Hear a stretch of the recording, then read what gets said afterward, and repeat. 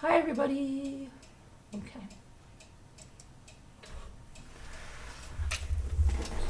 Gosh, I feel like I've been going all freaking weekend. Hi. You don't know what happened to the auction? Well, the auction was coming to a close, Marianne. And what happened, I don't know. When I went, I said, well, sit over here and then you guys can stay with me. Look at my hair. My daughter feels like after this thing, she needs to take the day off tomorrow because she feels like she's been through hell and back. I feel about the same, but I have too much to do. My hair is... So yeah, it just ended. I don't know why. There's like a glitch in YouTube. Who knows? It says present. What happened? Scooter said present? She says present, yeah. Okay. And let's see. For roll call, none of us had permission to leave, right? No, not at all. Not at all. You're here for the night, Sharon. You're on night duty tonight. You're the sleep watcher. Well, also if Nicole comes tomorrow. Yeah, you have to watch all night for Nicole. Okay. Okay. Hi, Deb Vancouverden. Kevin. Isabel B. Hi. Hi, Marianne.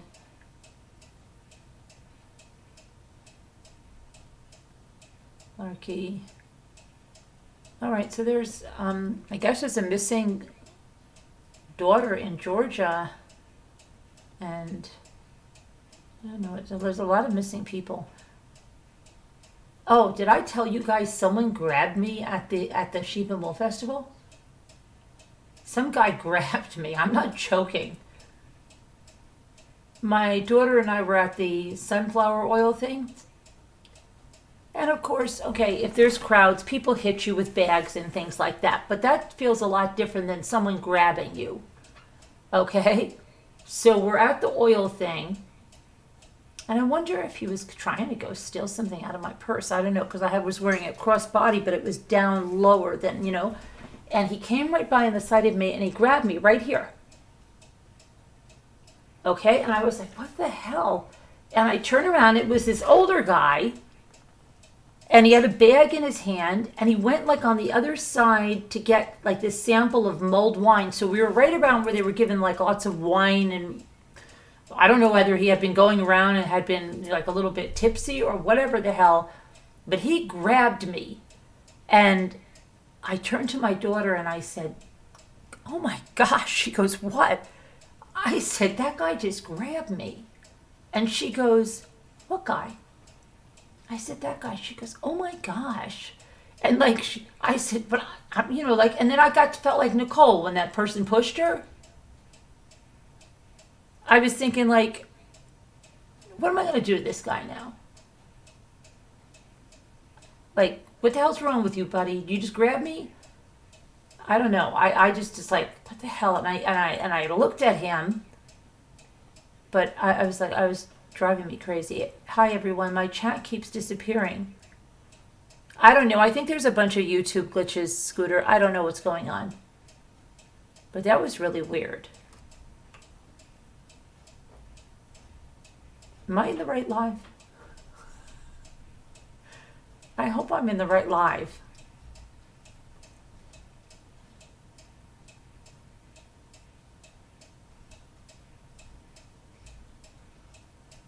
Can you guys hear me? Yes. Oh, but can you hear me on YouTube? Because like nobody seems to be, the only people that are saying yes are the people that are in the Zoom with me. Everybody on YouTube is not saying anything. Did you hear my story, Kevin? About the guy that grabbed me? Right, Deb.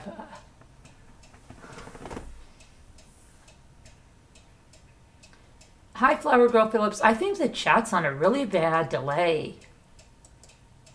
I mean, terrible delay.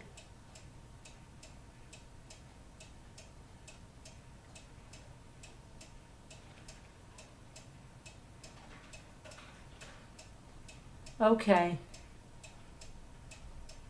Well, I expected a little feedback, like, ooh, that's terrible.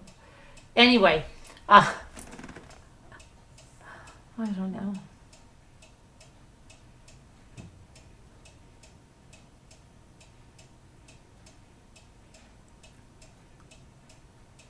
Yeah, true crime headlines got comments like, move it along, okay? We really don't care what happened to you after Sheep and Wool. Okay. Who was the one that said, oh, you came from Sheep and Wool? Somebody said that in the car yesterday. So somebody knows something. There's a $50,000 reward offered by the parents of the missing Georgia daughter. So they're putting $50,000 out there. And you know what I wonder about? Like with how people are with money, somebody does know something. And you would think these people would sing like canaries for the money, right? Look how people stab each other in the back over and over and over again for nothing. Just for the sheer pleasure of stabbing somebody in the back. I don't know. The parents of a young Georgia woman who's missing for nearly 3 years are now offering $50,000 for information that solves the case, saying that they believe someone knows something. We've got to have closure, Eric Roberts told the media station, one way or another. Whatever the outcome is, we've got to have closure for our sanity. Eric is the father of Keeslyn Roberts, who vanished in January 2020 after visiting a truck stop in Gordon County, Georgia. Keeslyn's vehicle and some of her clothes were found at the gas station, but otherwise there have been no signs of life since she disappeared. Keeslyn is believed to have fled a Flying J travel center in Raleigh after some sort of disturbance at the store. Staff alleged that she had gone into a kitchen area closed off from customers and left a backpack that contained her wallet and ID. Her phone was not found at the truck stop, and Eric said he believes his daughter took her phone with her, but all calls go to voicemail. The family said they will pay almost all the increased award amount out of their own pockets if someone can tell them definitively what happened and bring to justice whoever is responsible. I wish someone would come forward. Somebody knows something, her father said. We want the truth. Eric said he believes his daughter may no longer be alive, but Keeslyn's mother, Shannon, is hopeful that she will be able to hug her daughter once again. Just a total nightmare, Shannon said. We've not changed her room. Her room is still the same.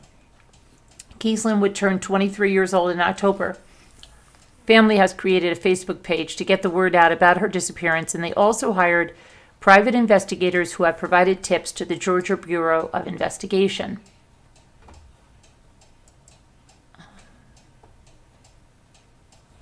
And let's see here. Hold on a minute.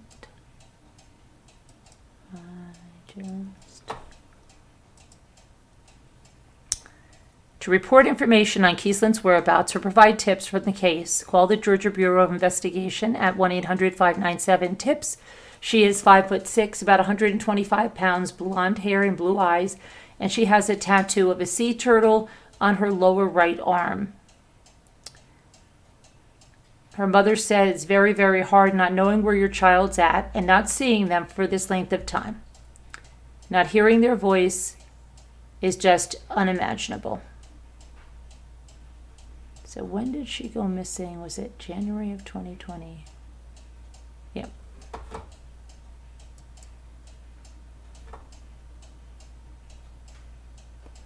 And then there's a missing couple, Bethesda, Maryland.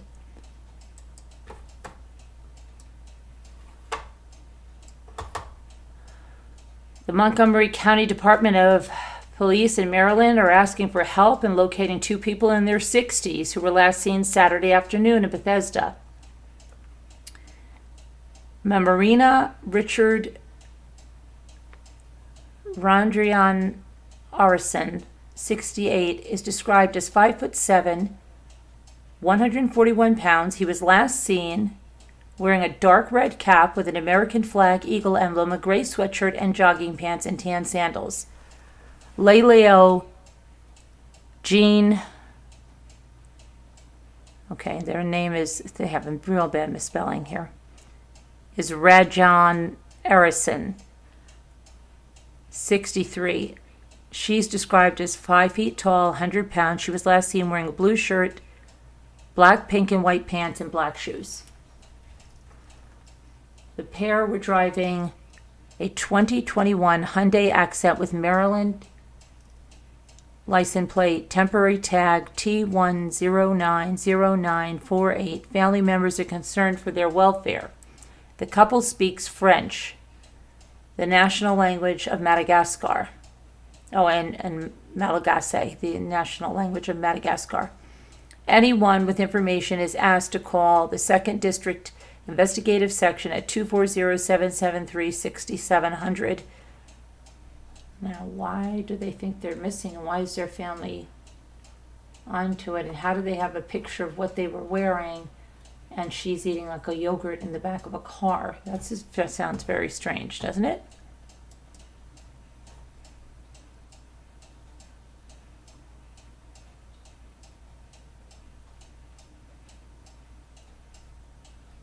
Let's see what else is going on. The killer clown trial.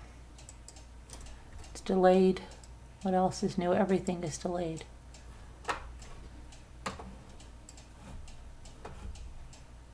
Florida judge has granted a delay in the trial of a woman accused of dressing as a clown and shooting her lover's wife in the face after prosecutors found a 25-page clown sighting file with 40 possible suspect leads. Sheila Keene Warren's attorneys had been seeking the file for some time, while prosecutors claimed they couldn't find it. The file was located in a box in its office, defense attorneys said in their filing asking for a delay. Keene Warren was arrested in 2017 and charged with the death of Marlene Warren on May 26, 1990. Marlene Warren was married at the time to a used car dealer, Michael Warren, who later married Keene Warren and moved with her to Virginia.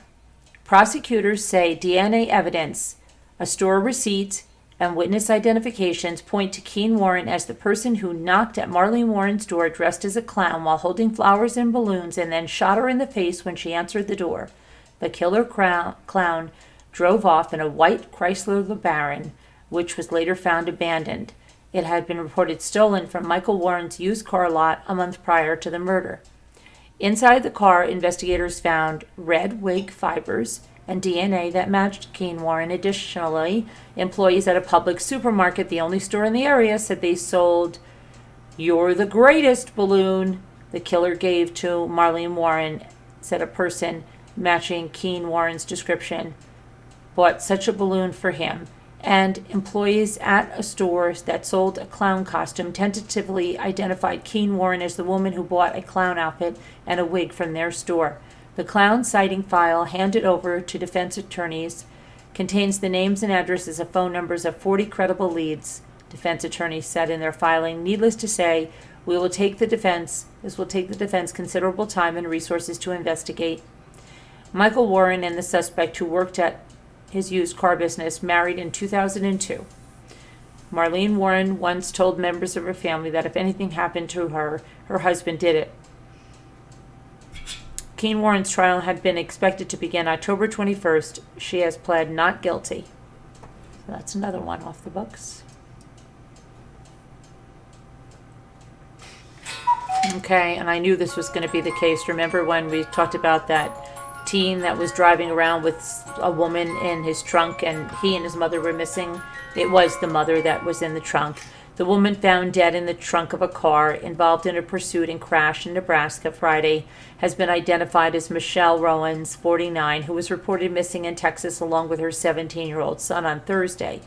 Tyler Rowans, the son, was driving the Mazda 3 that fled from an attempted traffic stop on Interstate 80 near Grand Island.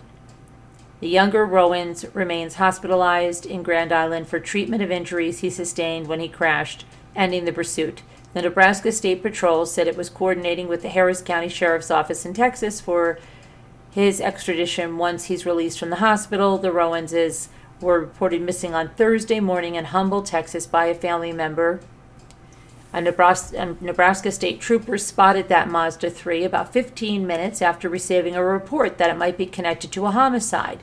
Tyler Rowans led troopers on a high-speed chase for about 9 minutes before he hit the back of a semi-truck and went off the road and smashed into a tree. Former classmates of the teen said that they were surprised. I didn't know that Tyler I knew would end up doing something this crazy, said a classmate who chose to remain anonymous. She said she used to work with him at a movie theater and was told by others to be careful around him, but they didn't specify why.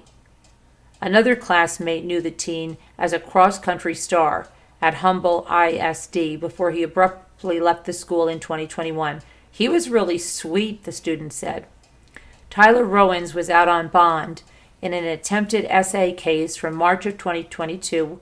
He was charged with attacking an 18-year-old girl in his car, ripped off her shirt, and kicked her in the face.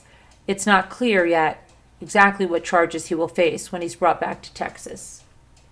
Wow, that sounds great.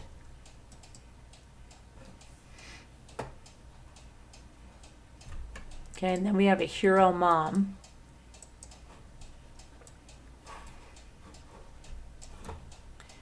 A brave Nevada mother covertly called 911 after she and her 3 children were kidnapped at knife point by a man in Las Vegas. Authorities allege that 34-year-old Justin Carter attempted to stab the woman and then kidnapped her and the kids, forcing them into a vehicle.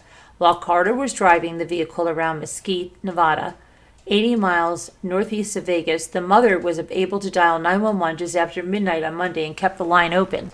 She later indicated to dispatchers that she was being held captive. The distressed caller was eventually able to quietly speak to the dispatcher, stating that she was inside of a vehicle and needed help, but was not able to provide many details, the Mesquite Police Department said in its press release. Dispatchers were able to determine the woman's location, prompting officers to locate and stop the vehicle. Officers saw indications of a crime immediately and detained Carter, who is being held in the Clark County Detention Center. He's facing multiple charges, including 4 counts of second-degree kidnapping in violation of an extended protection order, attempted murder, attempted SA, and domestic battery with the use of a deadly weapon. The woman and Carter had been in a relationship previously. Police say the incident demonstrates why police often follow up on accidental 911 calls or cases of pocket dials. Dispatchers frequently receive pocket dials or accidental 911s, and an officer is sent to each one of those calls to check on the caller and everybody else there. This incident is exactly why we make those calls a priority. Excellent work by dispatchers and officers to make that family safe. In a written statement, the Mesquite Police Chief, McKay Chelsea, applauded the mother and children for their courage. The bravery of this woman and her children cannot be overstated. They maintained their composure, and she briefly created a plan in her head to call for help as soon as she could. I am grateful the dispatchers and officers working that night were ready to jump into action without hesitation to find and rescue these victims from such a terrifying experience. Their swift action and persistence to gather information from the 911 call saved this family from future harm.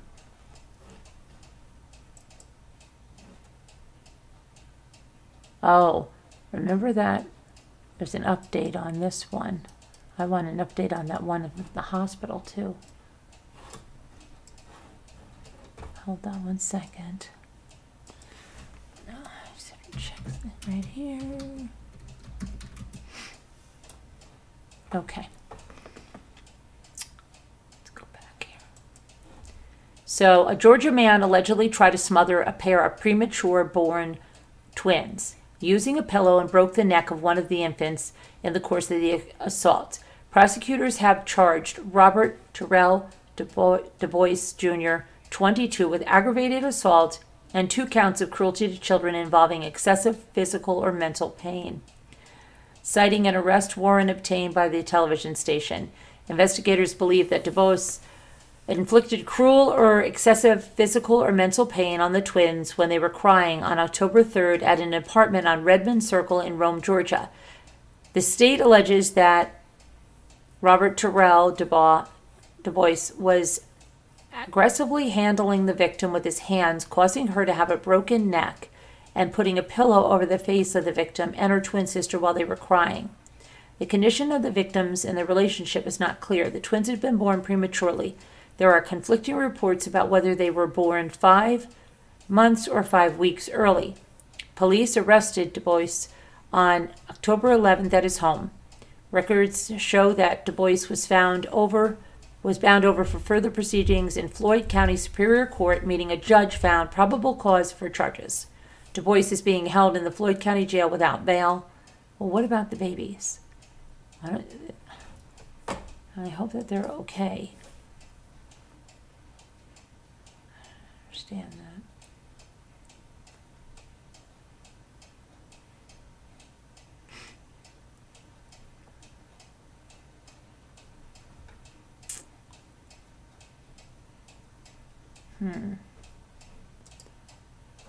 Okay, here's another.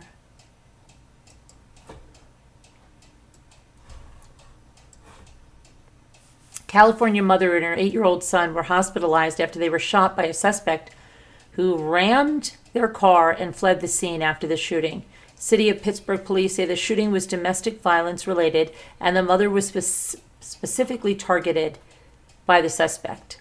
The mother was struck multiple times and was life-flighted to a nearby hospital. The boy was hit in the left shoulder. Both are now reported to be in stable condition. That's good. Police say the mother and son were on Civic Avenue in Pittsburgh just after 9 p.m. Friday when the car was driven by the suspect hit them. The driver fired multiple shots at the victim's car, which became disabled. The suspect then fled the scene in his vehicle. Police interviewed witnesses and identified the suspect who had a warrant out for his arrest for a previous incident. He is not yet in custody. That's great.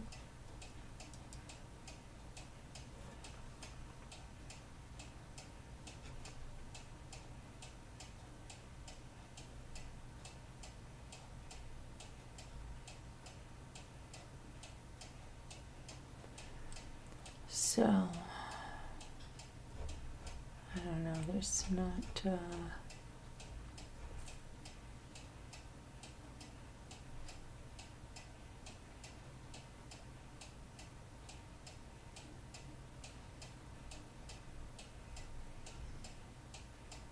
oh, here we go, this one.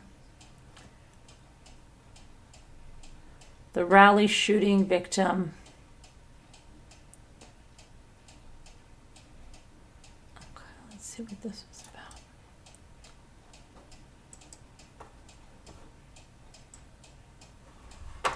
This is way, okay. Put that there. Stop that. Okay. A bride-to-be was killed while trying to rescue her dog during last week's shooting spree in North Carolina. The woman's grieving fiancé revealed that in an emotional TV interview on Sunday. A weeping Robert Steele told NBC Sunday Today that he spoke with his fiancée, Mary Marshall, shortly before she was murdered with 4 others in Raleigh. She says, "I need you to come home right now, immediately. Scruff, our dog, has slipped his collar and I just heard gunshots." After Marshall ran off, Steele arrived and found detectives in their neighborhood, and they started asking about tattoos that Mary has, he said before breaking into tears. We knew she was gone. Steele said he is now wearing the wedding ring that Marshall planned to give him when they recited their marriage vows in 2 weeks.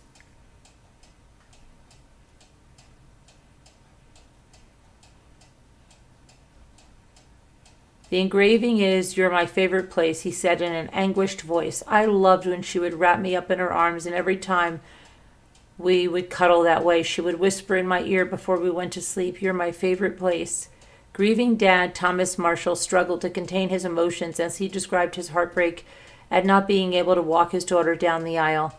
"I was really looking forward to it. I couldn't wait for it," he said. Mary's sister Megan McCrickard sobbed as she envisioned the ceremony, them walking down the aisle, the mother-daughter dance, and Rob, she said, unable to finish her thoughts. A 15-year-old boy identified by a local news station as Austin Thompson, The brother of victim James Thompson, 16, is suspected of killing Marshall and the others during a Thursday evening rampage that also wounded 2, including a cop.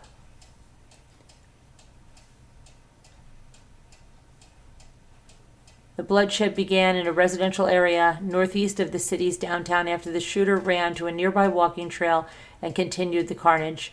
The teen was tracked down and captured in a home hours later and is hospitalized in critical condition, although authorities haven't said why. Prosecutors plan to charge the suspect as an adult, Wake County District Attorney Lauren Freeman said.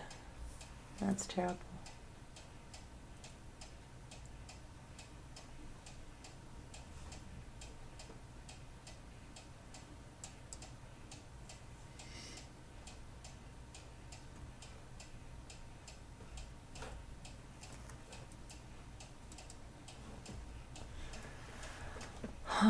Let's see what we have here.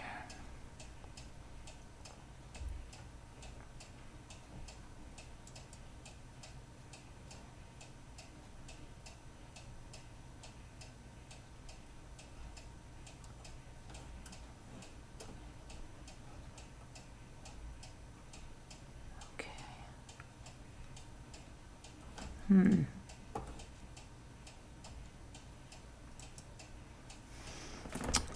So, all right, let me just see something now here.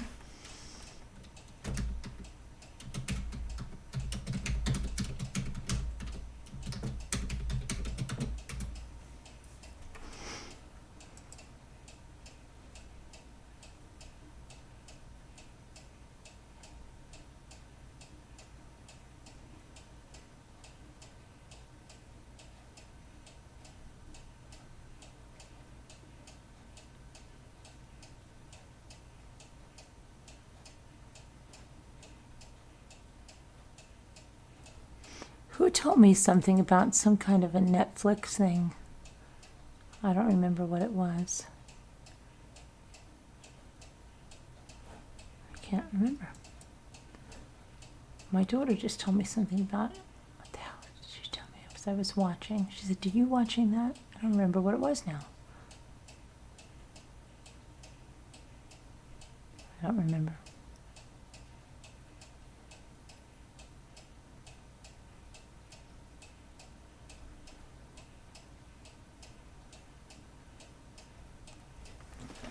Okay, I was just trying to see if there was any other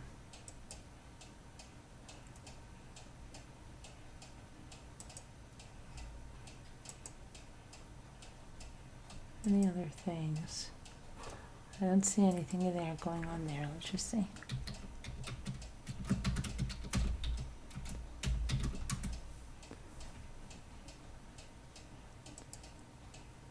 This is all about.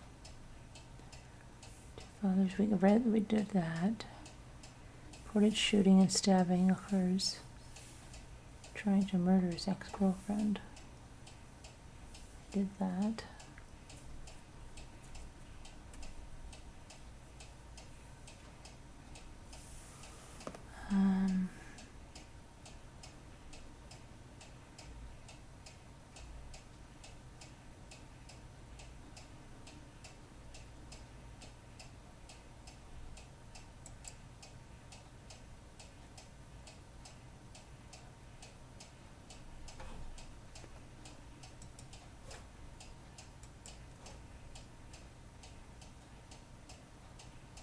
Oh, okay.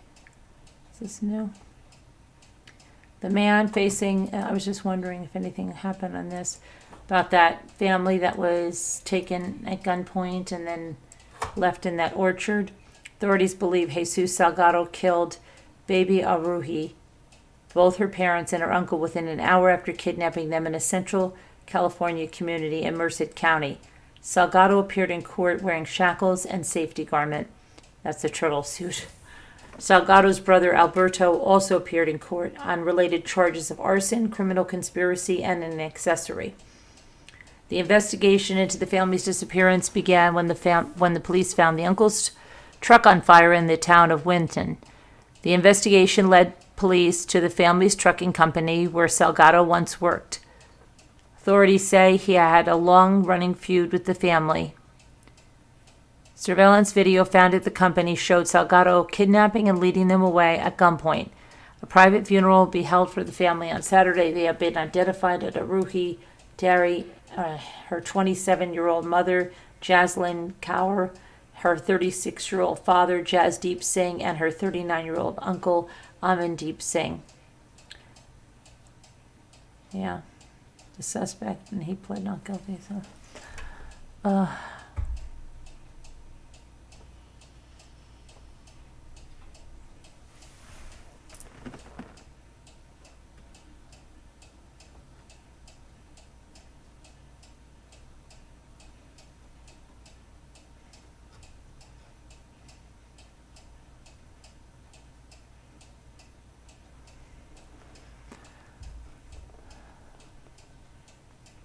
yeah, that's about it, guys. I thankfully and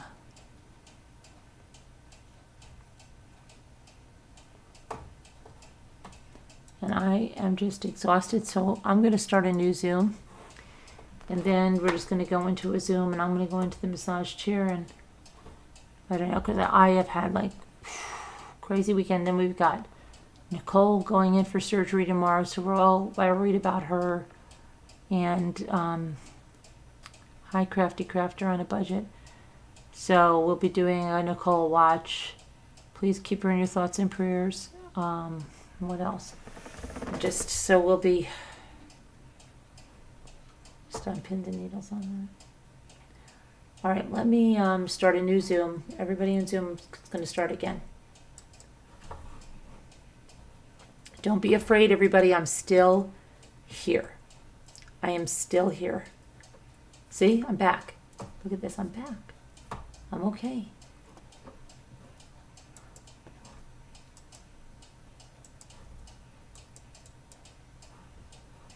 I don't know why I've got the honeycombs big. Yeah. I don't know why I have that running through my head.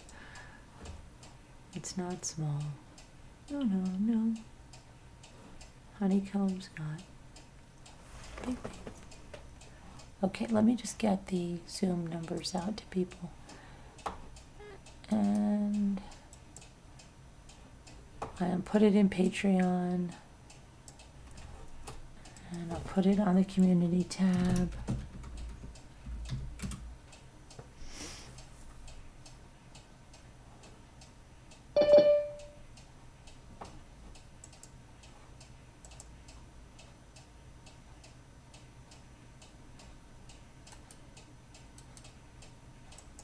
Okay, hold on.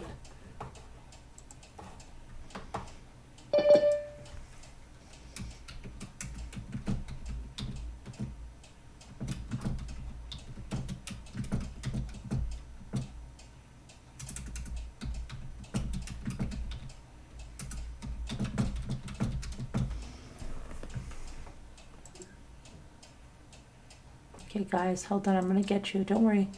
I'm not leaving you here.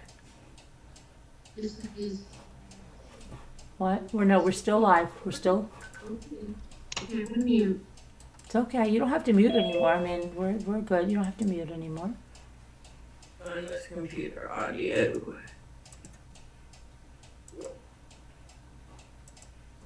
Okay. You don't have to mute, Scooter. I mean, Sharon. I don't know why I just called you Scooter, Sharon.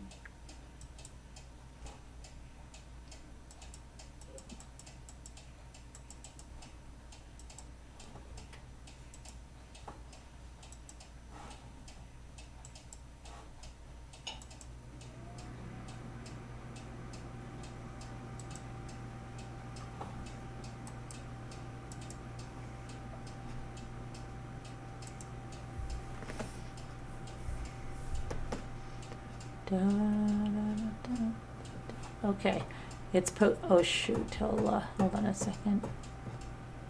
I've got to change that.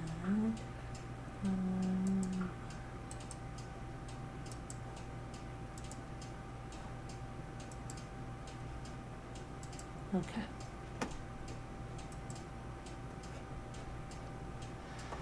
All right. Just the three of us. Just the three of us tonight, Sharon.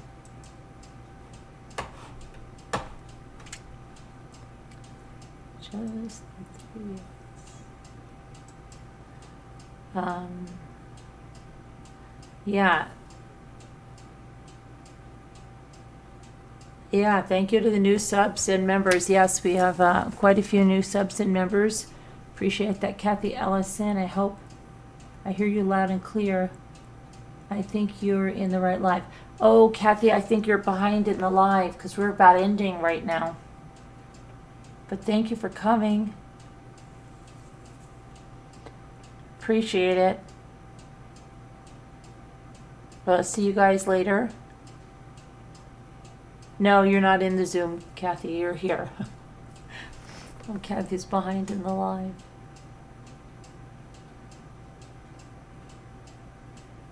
Kathy, you're behind in the live.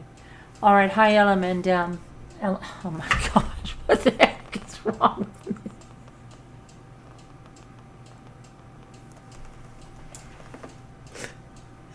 Element W.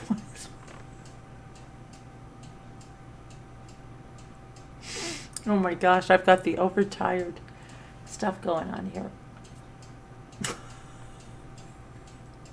Good night, Element W.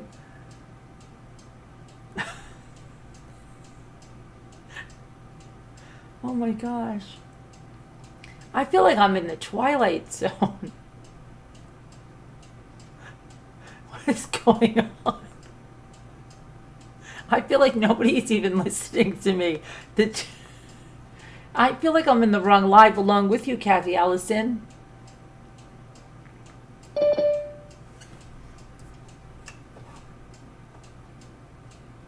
Yeah, see, Kathy Allison's response. At least Kathy Allison showed some reaction to the person grabbing me.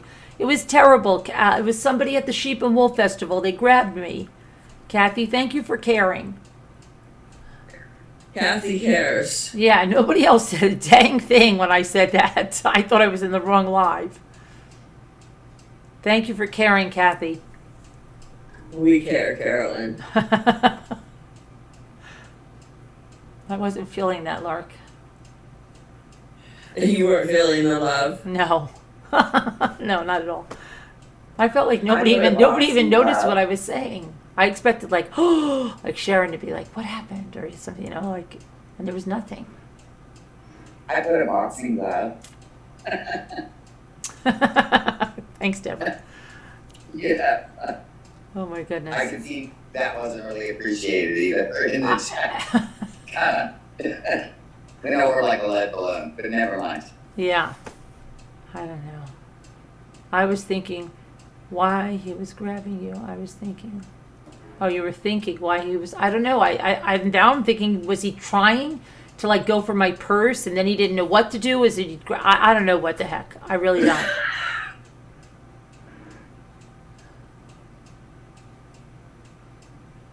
Rosalita Marie. Oh, how come I don't see Rosalita Marie? Hi, Pencella. I haven't seen you in a long time. Pencella, hi. Haven't seen you in ages. It's good to see you, Pencella. Hi, Crafty Crafter. I don't see Rosalita Marie. Hi, Julie W.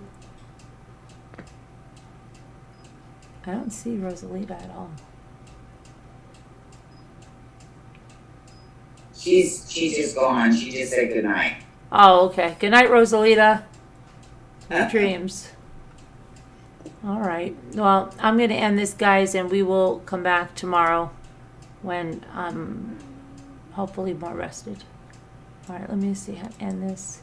Thank you, prayers for all that need them. Thank you to the moderators. Thank you to everybody that helped with the auction. Thank you, Lark. Thank you, Kevin. Thank you, Deborah. Thank you, Scooter. No, Scooter wasn't here. She's okay. Thank you, Sharon. Scooter, thank you for being a buyer. Bink, thank you. I hope you feel better. Chris Reed, thank you. Linda, Tina, everybody that helped. I can't even think straightly. Thank you so much. All the buyers, all the sellers. Thank you in And prayers advance. for Nicole's yes, surgery and yes. tonight. Yes. Yeah, prayers for Nicole's surgery. Think of her, Lots pray of for her. Good thoughts, prayers, and we'll let you know what's going on. So, let's get out of here. See you all tomorrow.